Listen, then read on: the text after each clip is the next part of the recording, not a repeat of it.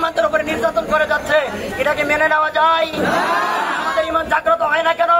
সম্মানিত উপস্থিতি, নবীজি সাল্লাল্লাহু আলাইহি ওয়াসাল্লাম বলেছেন, বিশ্বের মধ্যে এমন একটা সময় আসবে যে সময় দুনিয়ার সমস্ত কুফফার শক্তিগণ একত্র হয়ে যাবে মুসলমানদেরকে মারার জন্যে।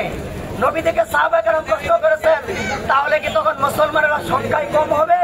তখন নবীজি বলেছেন, না, মুসলমানেরা সংখ্যায় কম হবে না, তারা সংখ্যায় অনেক বেশি হবে, কিন্তু তাদের ঈমান হবে পানির ভিতরে যে ফেনা চলে যায়, এই ফেনার মধ্যে তাদের ঈমানের অবস্থা হবে। আজকে আমাদের অবস্থা ঠিক তাই হয়েছে, কথা ঠিক।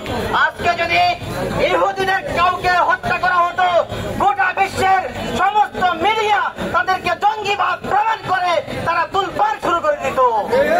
আজকে মুসলিমদেরকে হত্যা করা হচ্ছে বলে মিডিয়া চুপচাপ রয়েছে, বিশ্বের সকল মিডিয়া চুপচাপ রয়েছে। সম্মানিত উপস্থিতি, আমাদের মনে রাখতে হবে, একদিকে ইসরায়েল যার কোনো অস্তিত্ব ছিল না, থাকার জন্য একটু জায়গার জন্য আকুতি মিনতি করেছিল, একটু জায়গার জন্য, একটু মাথা গোজার ঠাঁই যাতে ছিল না। আজকে তারা ভাড়াটিয়া হয়ে বাড়ি দখল করে তার নেতৃত্ব দিচ্ছে এবং গাজার মুসলিমদেরকে হত্যা করে সেই গাজা তারা দখল করার চেষ্টা করছে। এরপরেও কোন মুসলিম নেতা এর প্রতিবাদ করছে না। ইরান কয়েকদিন আগে নাটক করলো, এখন আমরা দেখতে পেলাম তাদের মুখোশ উন্মোচন হয়ে গেছে। গোটা বিশ্বের সামনে ইরানের মুখোশ উন্মোচন হয়ে গেছে। সম্মানিত উপস্থিতি, একদিকে ইসরায়েল মুসলিমদেরকে নির্মমভাবে হত্যা করছে, অপরদিকে আমরা দেখতে পাচ্ছি একই সময়ে আমাদের পার্শ্ববর্তী দেশ ইন্ডিয়া তথা ভারতের মুসলিমদের উপর নির্যাতন শুরু হয়েছে। গোটা বিশ্বের মুসলিমদের উপর নির্যাতন হয়েছে। আর আমরা যারা ভালো আছি, আমরা মনে করছি ইন্ডিয়ার মুসলিমরা নির্যাতিত হচ্ছে, আমরা তো ভালো আছি। এমনি ভাবে ফিলিস্তিন মুসলিমদের উপর নির্যাতন হচ্ছে, আর আমরা মনে করছি আমরা ভালো আছি। যেদিন আমাদের উপর একই অবস্থা হবে, একই আযাব শুরু হবে, একই হত্যাকাণ্ড শুরু হবে, তখন অন্য মুসলিমরাও কি করবে? তাকিয়ে দেখবে, বলবে আমরা তো ভালো আছি। সুতরাং এখনই সময় বিশ্বের মুসলিমদেরকে এক হয়ে অন্যায় অবিচারে রুখে দাঁড়ানো এবং 95% পণ্য ব্যবহার করি যেগুলা ইসরায়েলের পণ্য।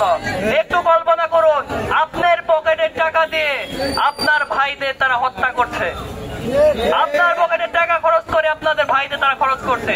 তাহলে আল্লাহর আসমানের নিচে জমিনের উপর দাঁড়িয়ে আমরা কি শপথ করতে পারি না, আজকে থেকে, এইখান থেকে, আজকের পর থেকে আমরা আর কোন ইসরায়েলি পণ্য ব্যবহার করব না?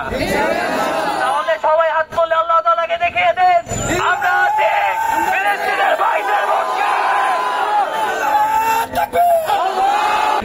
সম্মানিত সুধী, আমি বলতে চাই, এতটুকুই বলবো, যদি আপনার মনে হয় মুসলিম অপর মুসলিমের ভাই, এতটুকু যদি আপনার ভেতরে বিশ্বাস থাকে, নিজেকে যদি মুমিন মুসলিম একবার হলেও দাবি করে থাকেন, আজকে থেকে ইসরায়েলের পণ্য আপনার জন্য নয়, প্রত্যেক মুমিনের মুসলিমদের জন্য, প্রত্যেকের জন্যই হারাম হারাম হারাম।